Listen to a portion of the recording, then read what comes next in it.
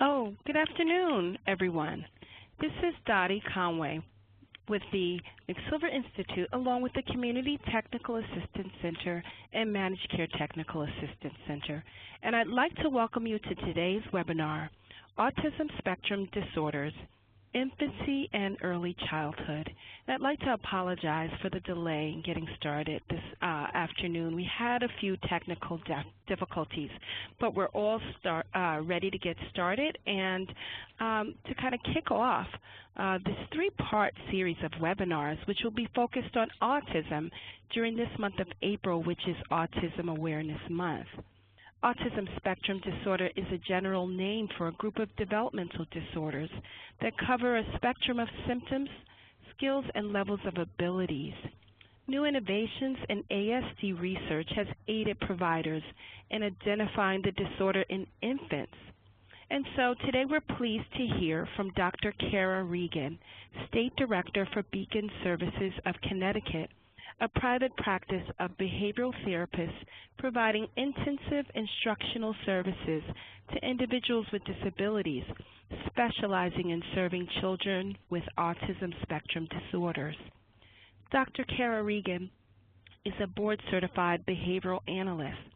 She's worked with individuals with autism across the lifespan in a variety of settings.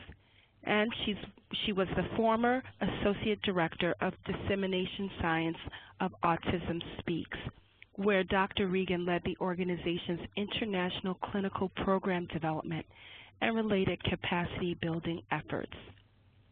But before we get started and hear from Dr. Regan, I just want to take a moment to orient everyone to the WebEx system so you know how to participate in today's event.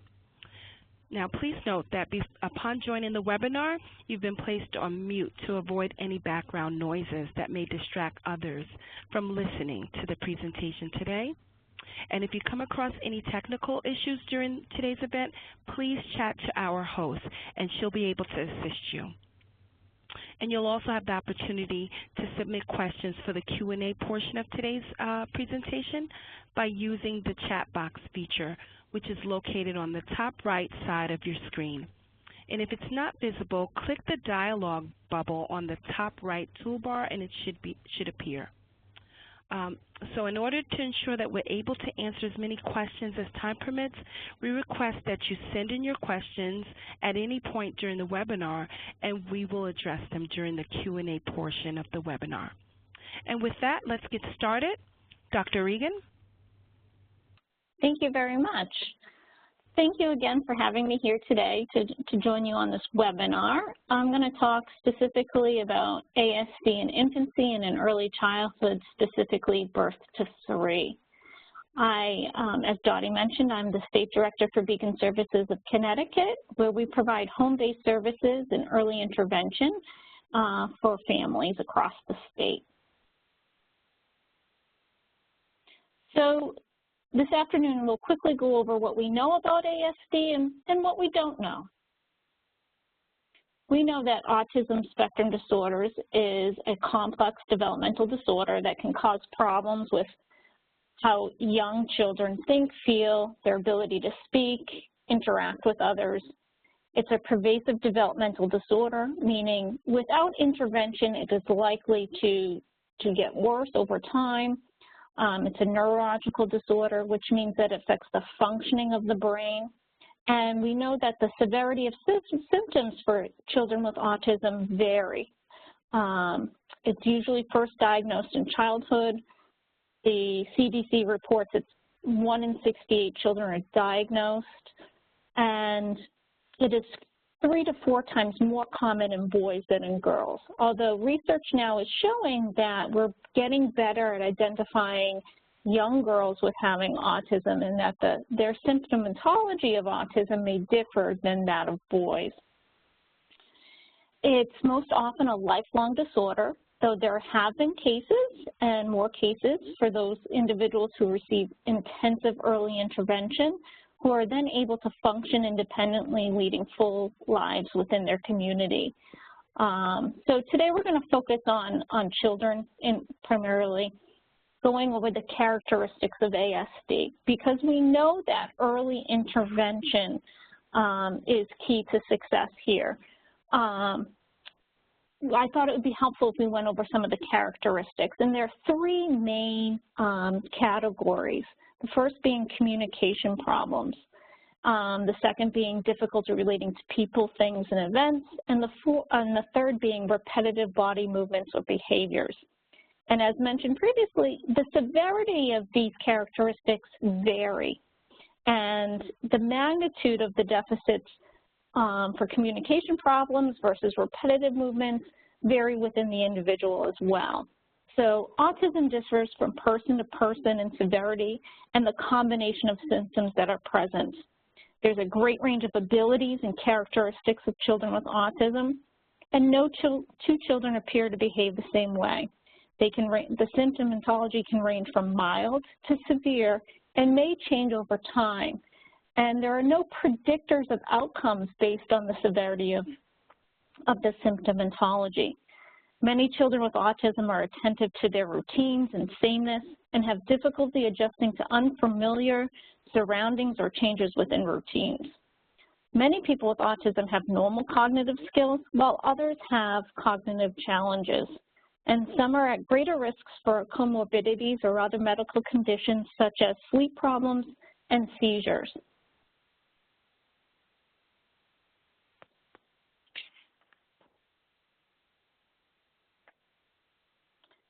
What we don't know is what causes ASD, okay?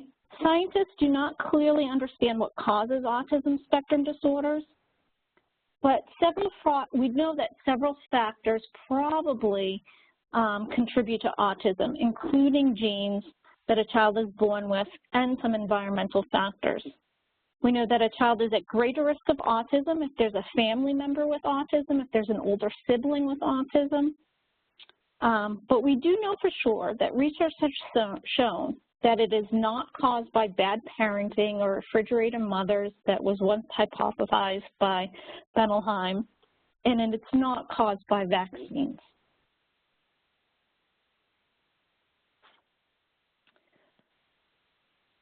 We do know, like I mentioned before, prevalence is 1 in 68 children, and includes 1 in 42 boys and then 1 in 189 girls.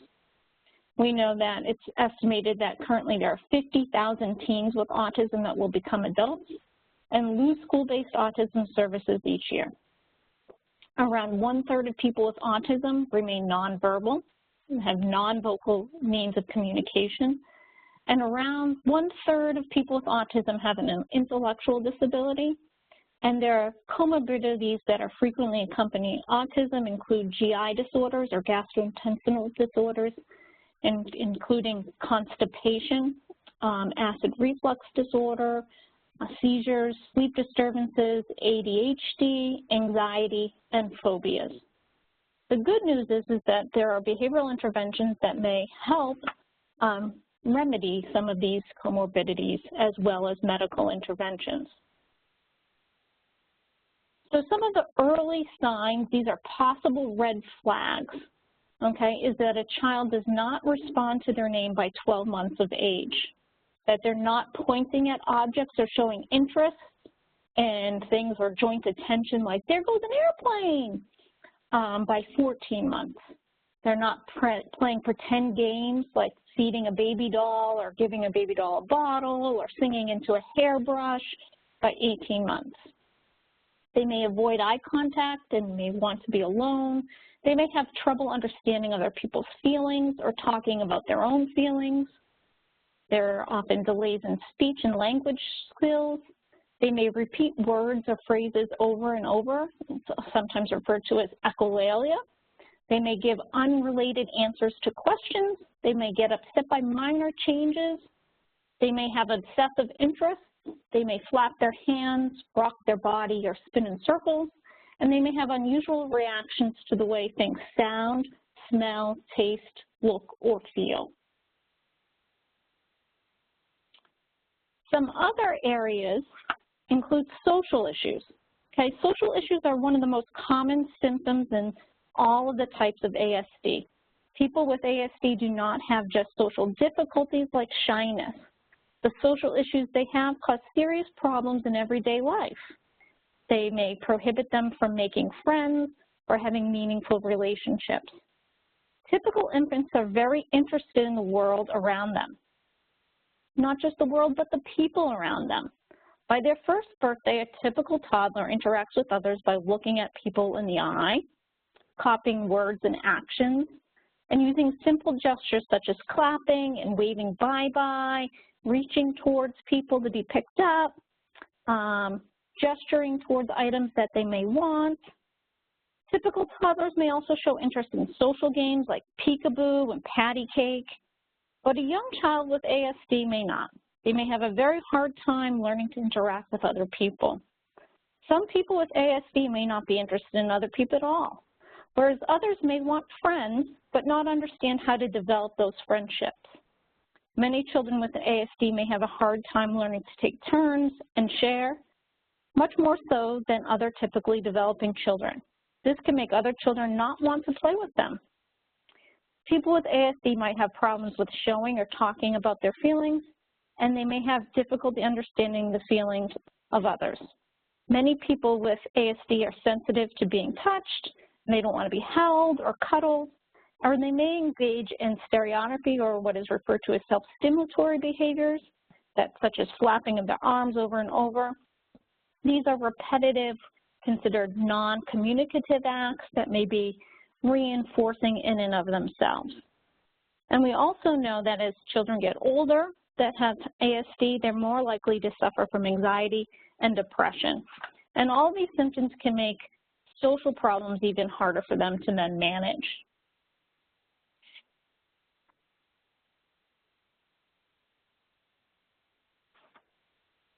In terms of communication, each person with autism has different communication skills. Some can speak very well, others can't speak at all or very little.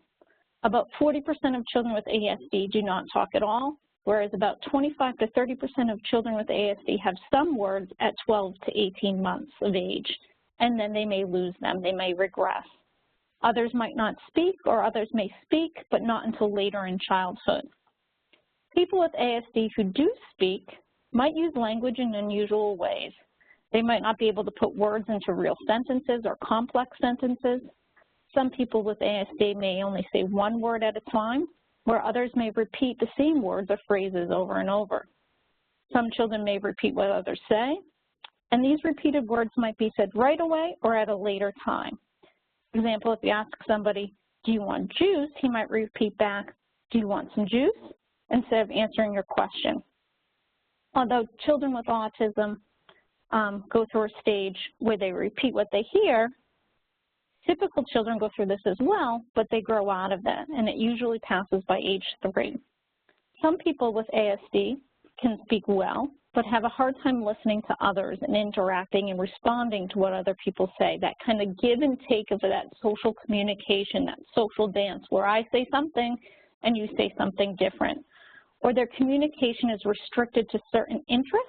They might be very skilled at talking about trains or vehicles, but not able to have a conversation about other topics that other people may be interested in.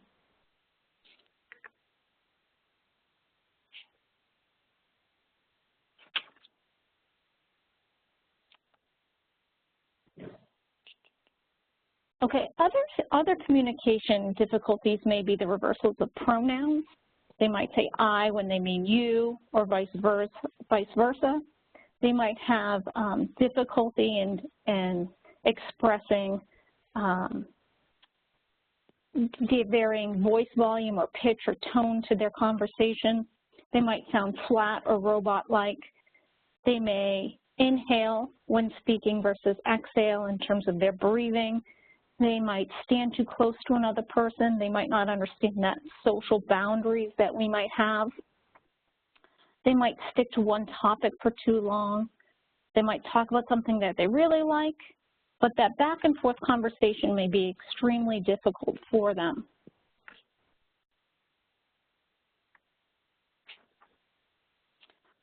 Unusual interests and behaviors or repetitive motions that are actions that are repeated over and over again. These can interfere with learning or skill acquisition as well.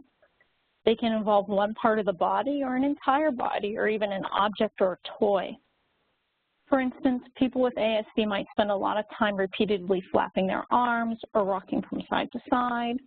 They might repeatedly turn on and off a light or spin wheels of a toy car instead of playing with it. These activities might be considered self-stimulatory or stimming behaviors. People with autism may thrive on their routines, and a change in the normal pattern of the day, like a stop on the way home from school, can be very upsetting to someone. They might have difficulty, they might exhibit tantrum-like behavior if they're in a new place or if it's too loud or too bright, and that tantrum behavior might be reinforced by allowing the child to then leave the area. Some people with ASD may also develop routines that are unusual, may seem unnecessary. For example, a person might try to look in every window he walks by, or may perseverate on the reflection of windows or their image in any reflective surface. They may want to watch a video from beginning to end, including the credits, or fast forward through certain scenes of videos. And then not being able to engage in these routines may cause frustration or even tantrum-like behavior.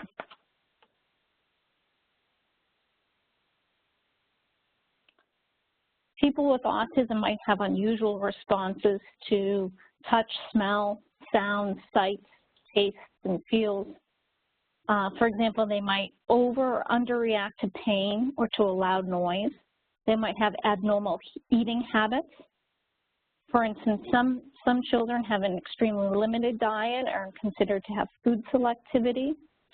Others might eat non-food items like dirt or rocks, and that's considered pica, which can be extremely dangerous and life-threatening in some cases.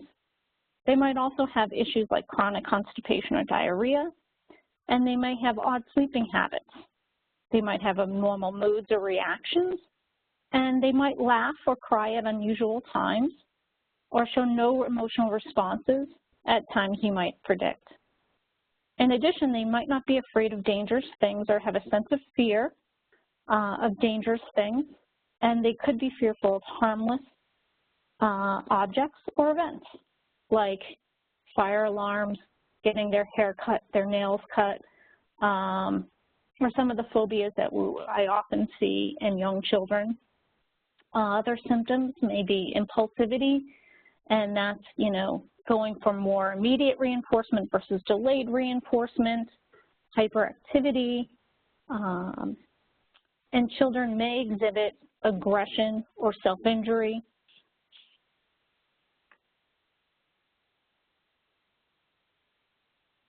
For more information, you can go to CDCgov, where they have these links to learn the signs and act early. You can reference their developmental milestones matter. You can see the milestones and actions that show photographs and videos of developmental milestones that young children should reach. And there are free tools that can track your child's development. And so we often refer families to this site.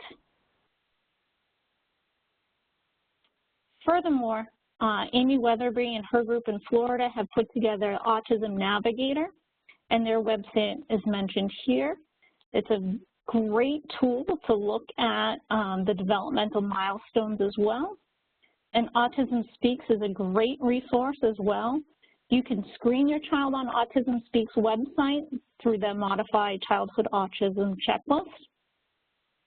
And so if there are concerns about your child's development, you can complete an MChat, or if you're concerned about a child, and it will tell you whether or not the child's at risk or should be referred to more comprehensive evaluation. And then the last link here is the Associations for Science and Autism Treatment, and their website's asatonline.org. And it's a great resource for professionals and for families and parents of newly diagnosed kids to help them understand the differences between evidence and non-evidence-based interventions and how to select professionals.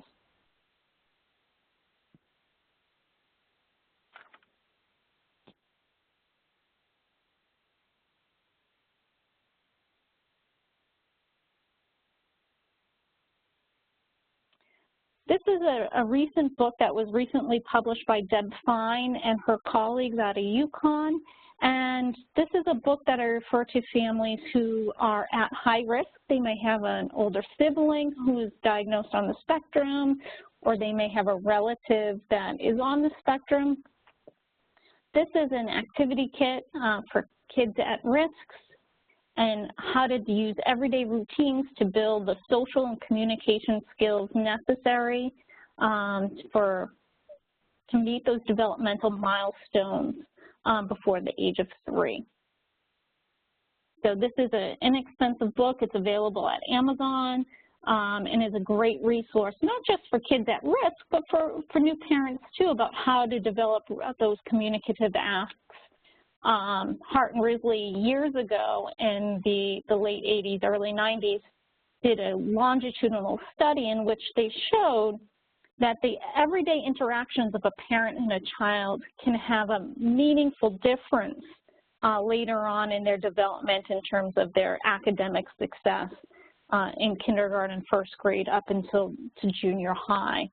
In fact, that kids that are not exposed to those language opportunities early on may suffer 30 million word gap by the time they go to kindergarten. And again, it's really important because if kids aren't hearing the words, they're not able to then imitate the words, say the words, use the words in conversation. And so Deb Fine's book here is really a great tool about how to interact with your baby and your toddler to help promote those communicative interactions early on. So like I mentioned previously, we provide early intervention for kids that are diagnosed before the age of 3, and we provide services in the home, and we're part of a team of professionals that also includes speech and language pathologists, licensed social workers, occupational therapists, physical therapists, as needed. And of course, the family is part of this team that develops their IFSP, okay? A diagnosis of autism spectrum disorder before the age of 4 means that a child is more likely to get effective evidence-based treatment, such as applied behavior analysis. When children are diagnosed later, after that threshold, they're less likely to receive such treatment. They're more likely to be treated with non-evidence-based. They're also more likely to receive medication, according to a recent study published in Psychiatric Services in Advance.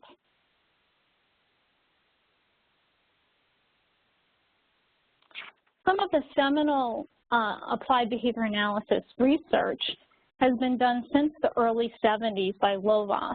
Most people are familiar with Lovaas's 1987 study that showed 47% of participants reached normal functioning.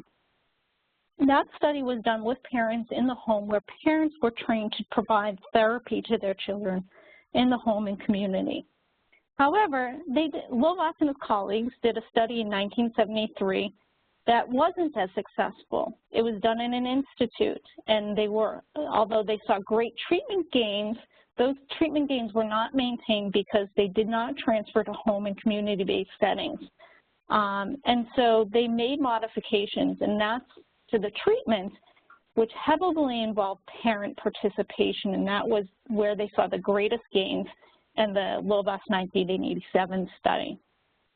But there are other studies, such as the Infancy et al. One in 1985, that showed greater outcomes for children who entered intensive early behavior analytic intervention prior to the age of 6, had greater outcomes than those who didn't start treatment until after age 6.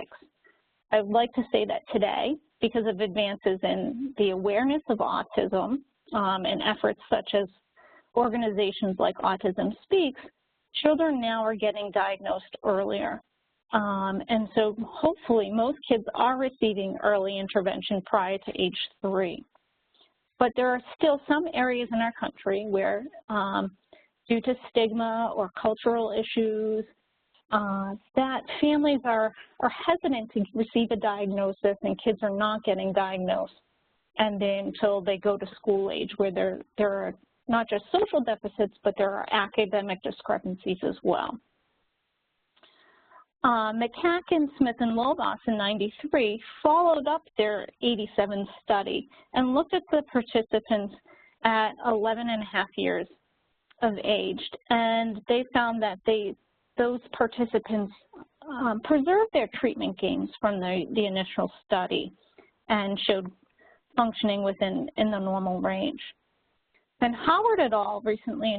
Not recently, but in 2005, compared 3 treatment groups, and they looked at intensive behavioral treatment with a one-to-one setting where children received 25 to 40 hours a week.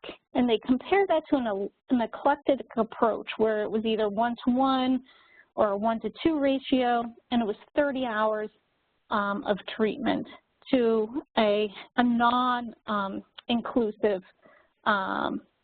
where they received even less than about 10 hours a week of treatment. And they found that the intensive one-to-one 25 to 40 hours a week was the most efficacious in terms of treatment gains. And then Sallows and Grapner in 2005 conducted a 4-year study where they found that 48%, so similar to the Lovas study in '87, made great treatment gains from intensive behavioral intervention. However, they also analyzed what variables might be outcome predictors, they call them, in terms of the intake. So they looked at the kids that made the biggest gains were the kids whose imitation, language, and social responsiveness skills scored the highest at intake, made the greatest gains.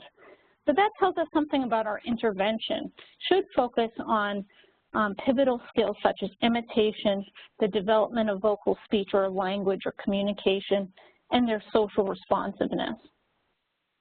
And then in 2006, Cohen et al. Also looked at a 3-year study where they compared 2 groups. One was a 35 to 40 hour a week early intensive behavioral intervention done through a community agency in comparison to a public school program. And similarly, they found that the first group who received the 35 to 40 hours of applied behavior analysis intervention made the greatest treatment gains.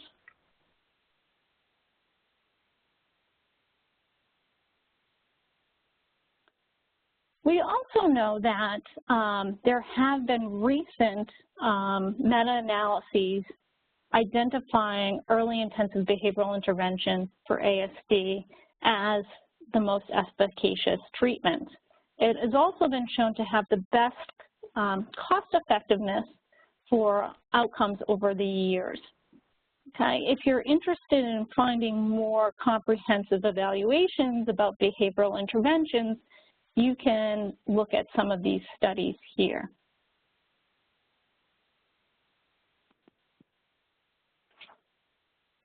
Nevertheless, for our field, where generality is one of the defining characteristics, we haven't fully disseminated the utility of our craft. And Agar and Leshner have said this quote, that the ability of science to deliver on its promise of practical and timely solutions to the world's problems does not depend solely on research accomplishments, but also on the receptivity of the society to its implications of the scientific discoveries. So we have to kind of conceptualize dissemination as a class, one that can be reinforced, and we have to not rest on our laurels, but there's still a lot of work to be done in terms of getting people to buy into effective-based practices. So more recently, Laura Schreibman and a group of experts put together this paper from the Journal of Autism and Developmental Disorders in 2015. And they talk about naturalistic developmental behavioral interventions, which is sometimes referred to as NDBI. And these are empirically validated treatments that occur in natural settings that show shared control between the child and the therapist, so we're following the child's leads at times, following their interests, using their preference to reinforce their responses, to use natural contingencies and behavioral strategies, using an antecedent response consequence method. There are manualized procedures that are practiced. We can measure the fidelity of the implementation of these practices. There are individualized treatment goals. There's ongoing measurement of progress. There's child-initiated teaching episodes. There are environmental arrangements that promote learning. We may sabotage the environment where something's hidden and the child has to look for it, or something's placed out of reach so that the child has to gesture or orient to it. We may use natural reinforcement, enhancing motivation in daily routines. The use of prompts and prompt fading strategies so that the behavior comes under the control of the natural environment. That turn-taking and social play routines and modeling is done. Imitation and joint attention are focuses of early intervention for young children.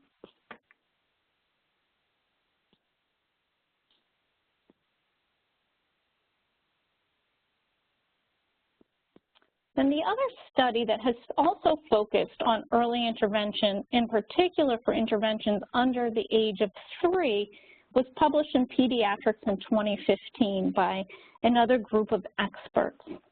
And they cite that the central role of parents has been emphasized in interventions for children under the age of 3.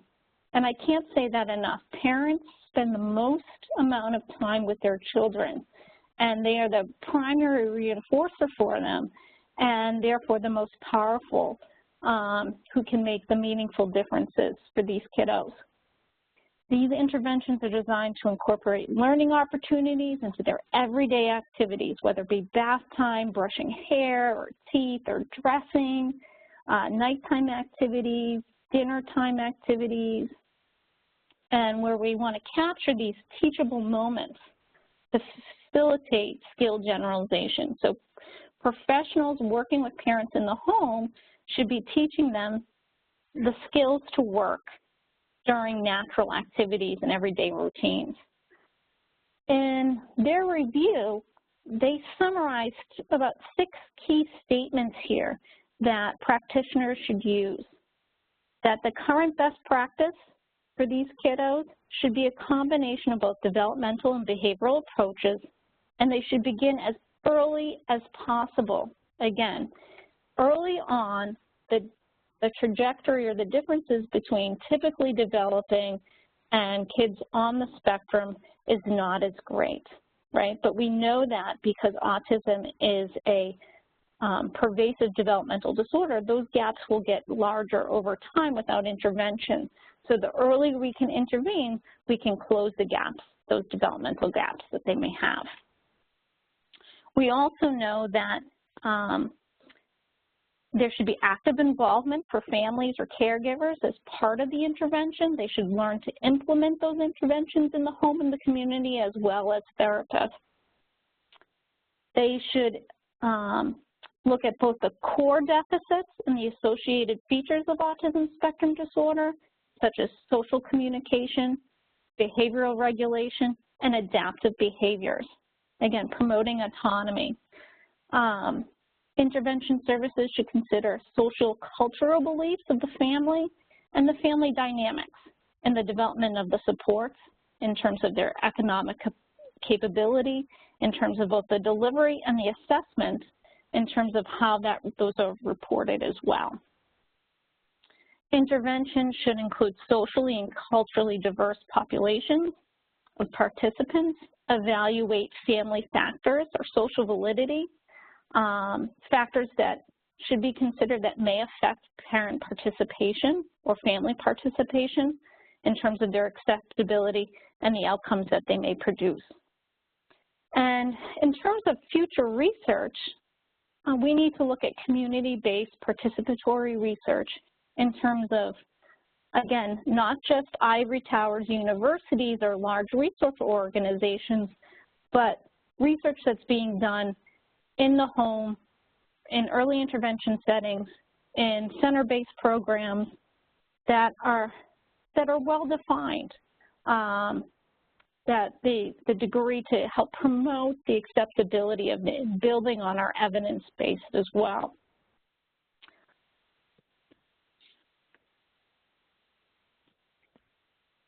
In terms of applied behavior analysis, there are lots of manuals that are available for consumer use. There's also hundreds, if not thousands, of journal articles that support the use of applied behavior analysis for the treatment of autism. This hasn't been sufficient enough for us to then teach, or for every school or early interventionist to adopt some of these strategies. But if we're going to focus on early intervention in terms of birth to age 3, then I would refer you to the VB map here by Mark Sundberg, because it's norm reference from birth up until about age 5 in that 0 to 3. So they break down skills such as joint attention, and they look at things from like 0 to 18 months, what those milestones should be. And, you know, do they attend and respond to spoken words by others? Do they respond to visualized stimuli? Do they engage in independent play? Can they imitate actions of others? Can they echo words of others? Do they vary in the vocalizations or in their babbling?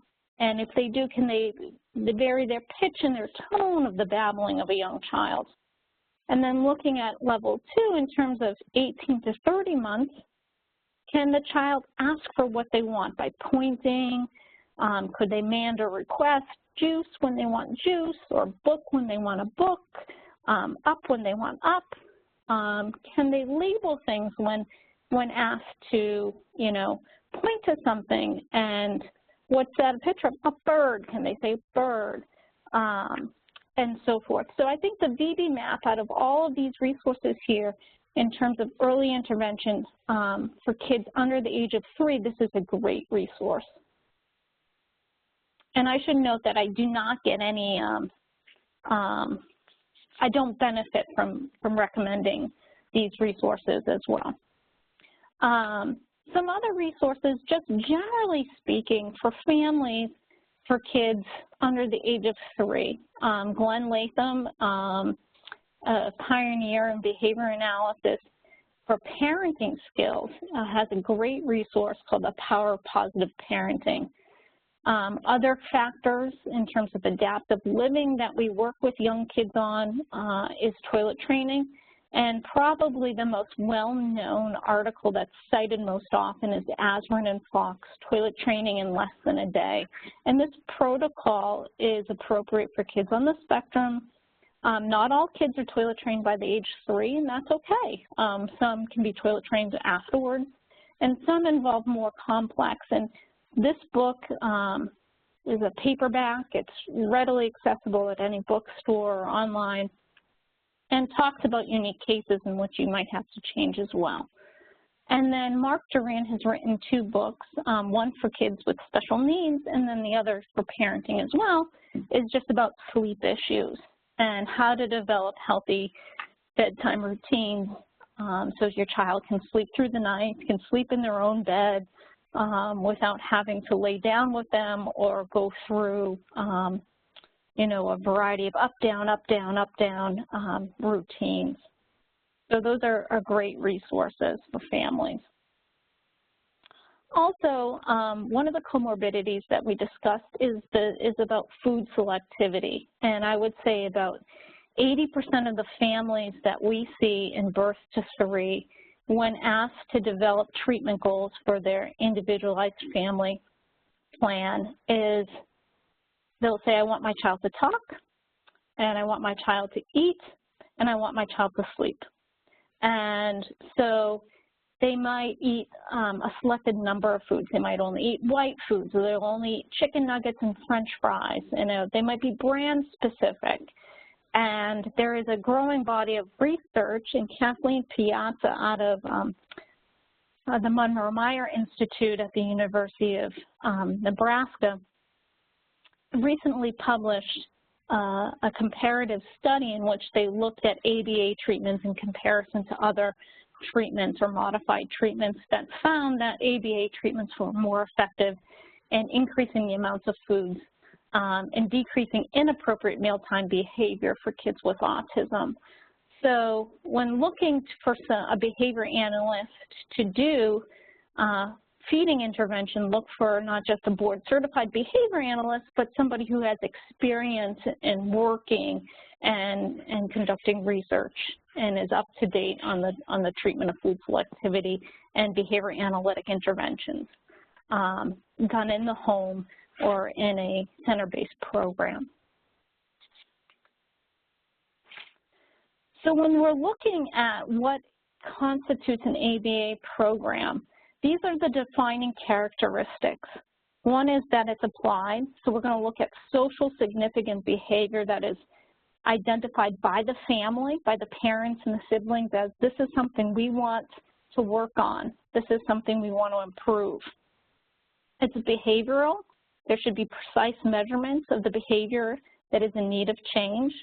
It should be analytic, that the intervention is the cause of any desired behavior change, and it's not a result of maturation or anything else.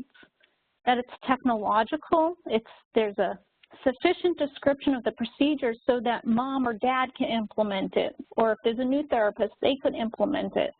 That it's conceptually systematic, it's derived by basic principles of behavior and learning.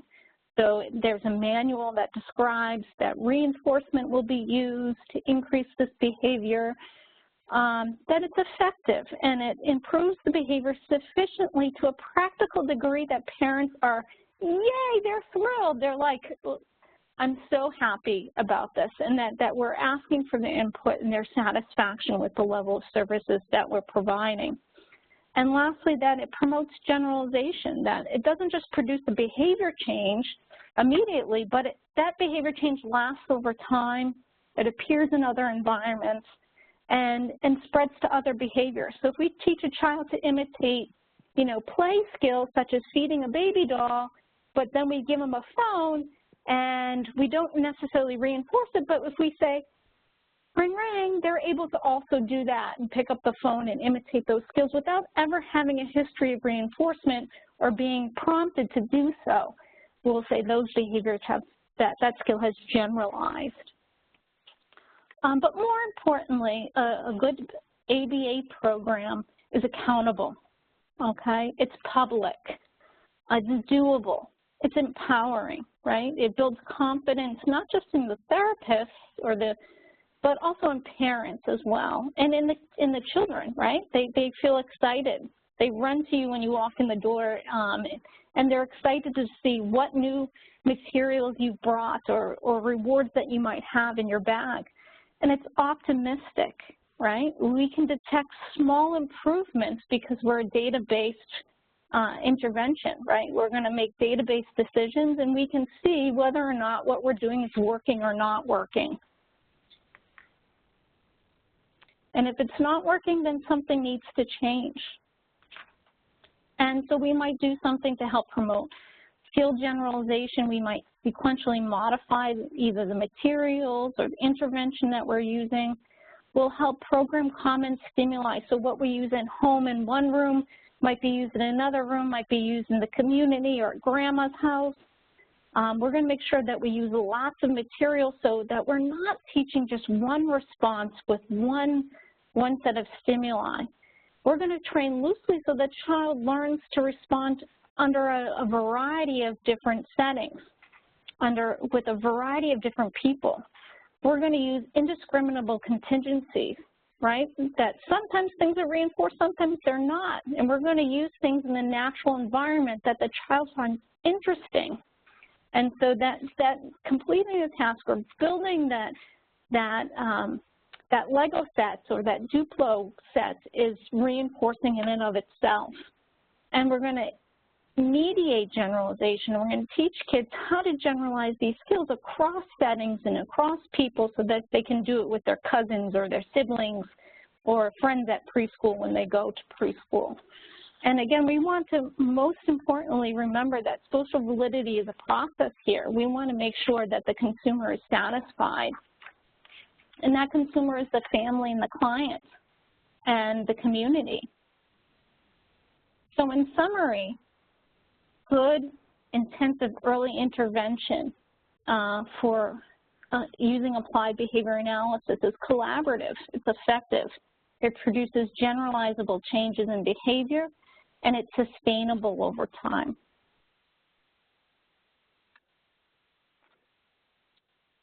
So thank you, and I'm happy to take any questions or comments right now. And remember to go make meaningful differences every day.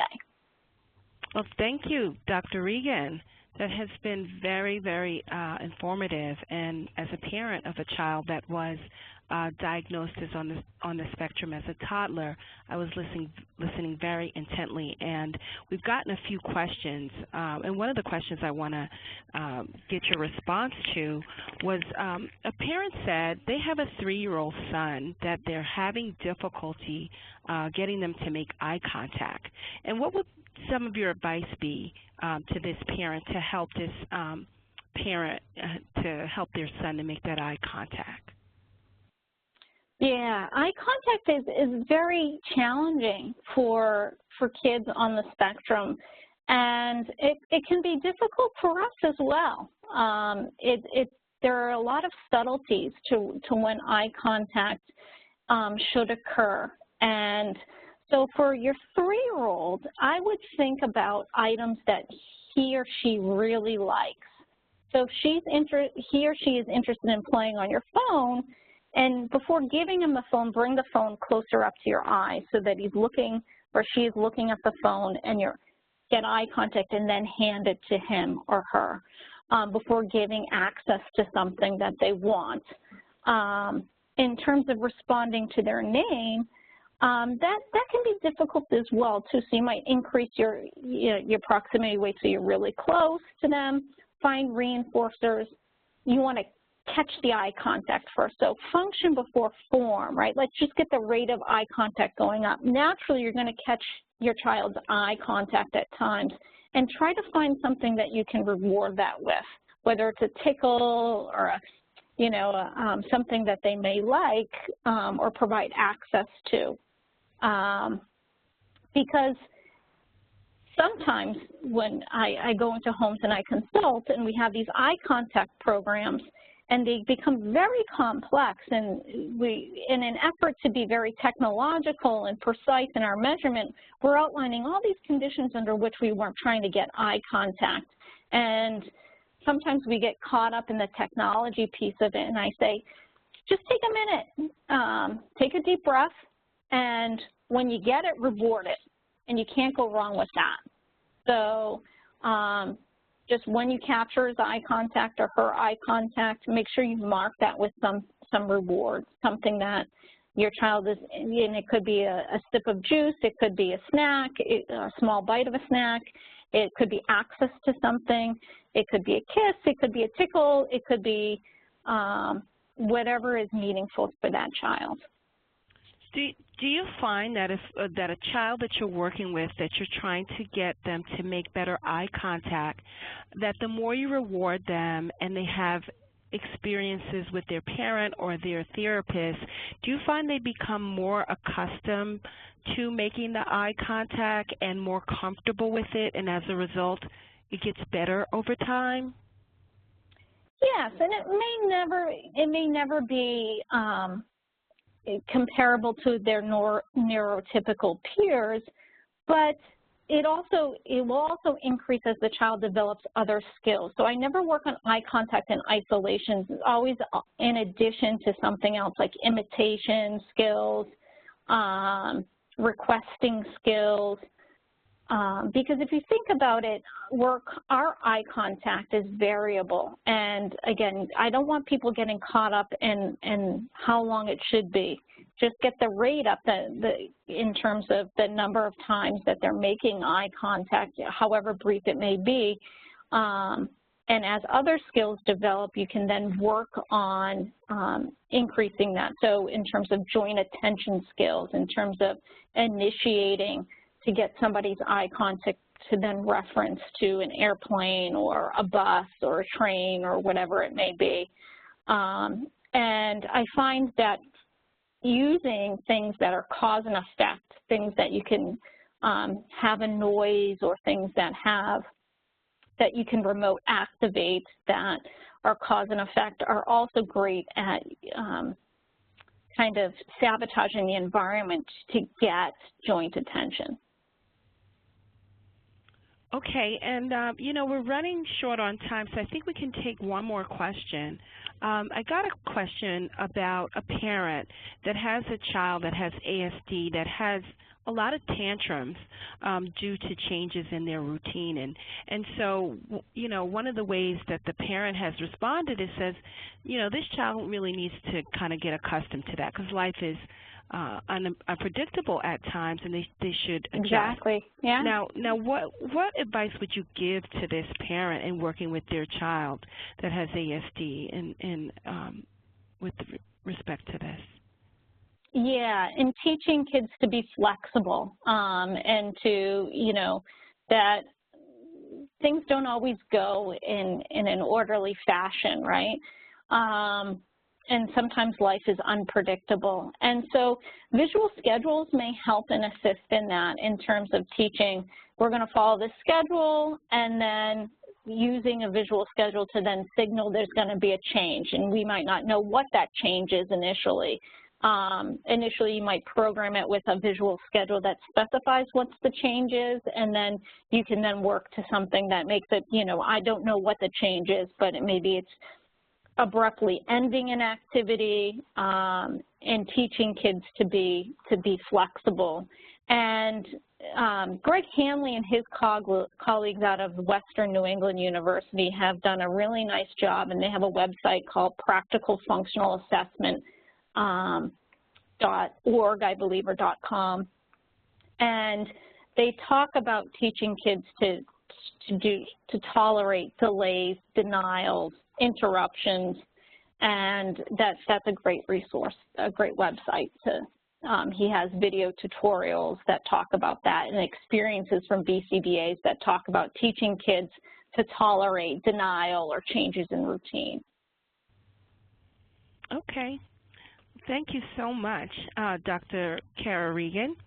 And I also would like to, absolutely, this is a very, very informative conversation, particularly given the new technological advances that exist that are helping us to understand more and more each day about the opportunity to help children and families impacted by ASD. And I wish we had some more time, because I, as a parent, I have so many more questions, but I'd like to thank you.